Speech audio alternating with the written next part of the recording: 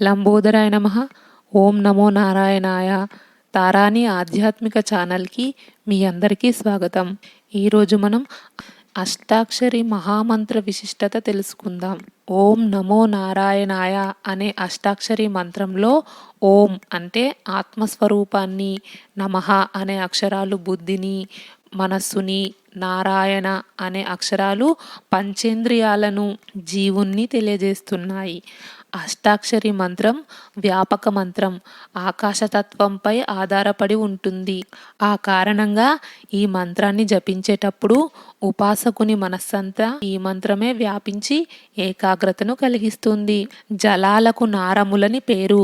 పరమాత్మ ఆ అనంత జలరాశిలో శయనిస్తాడు కనుక ఆయనకు నారాయణ అనే నామం వచ్చింది. ఇంకా నకార పదోచ్చారణ మాత్రనైవ నకాధిప భోగం లభతే, రకార పదోచ్చారణ రామరాజ్య భోగం లభతే, యకార పదోచ్చారణేవ కుబేరవత్ ప్రకాశతే, నకార పదోచ్చారణేవ వైరాగ్యం లభతే. నా అనే అక్షరాన్ని ఉచ్చరించడం చేత ఇంద్రభోగాలు లభిస్తాయి. రా అనే అక్షరాన్ని ఉచ్చరించడం చేత రామరాజ్యంలోనున్న భోగాలు లభిస్తాయి. యా అనే అక్షరాన్ని ఉచ్చరించడం చేత కుబేరుని వలె సర్వసంపదలతో ప్రకాశిస్తారు. నా అనే అక్షరాన్ని ఉచ్చరించడం వల్ల ఐహిక సుఖాల పట్ల విముఖత కలిగి, దైవ చింతన పట్ల ఆసక్తి కలిగి మోక్షాన్ని పొందేందుకై మార్గం లభిస్తుంది. ఇంతటి శక్తివంతమైన నారాయణ అను శబ్దానికి ఓం నమో నారాయణాయ అనే జపించడం వల్లనే ఆత్మజ్ఞానాన్ని తెలుసుకోవచ్చు. ఈ మహామంత్రంలో మహోన్నతమైన శక్తి ఉంది.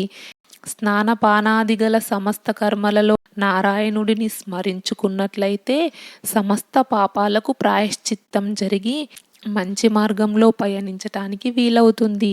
అలోక్య సర్వశాస్త్రాన్ని విచార్యచ పునః పునః ఇదామేకం సునిపన్నం ధ్యాయే నారాయణ సదా.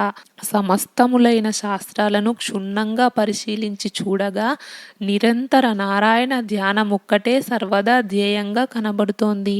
శ్రీమన్నారాయణుని స్మరించకుండా చేసిన వేదాభ్యాసం అరణ్యరోదన వంటిది. ఎన్ని ధర్మకార్యాలను చేసినా బూడిదలో పోసిన పన్నీరు వలె వ్యర్థమవుతుంది. ఎన్ని తీర్థ సేవనలు చేసినా గజస్నానమే అవుతుంది.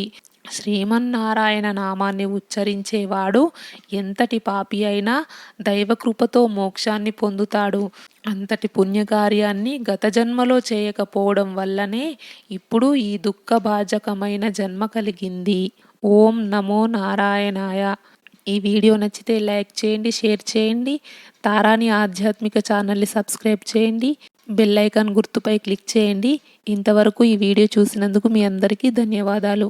లోకా సమస్త సుఖినో భవంతు. కృష్ణార్పణం.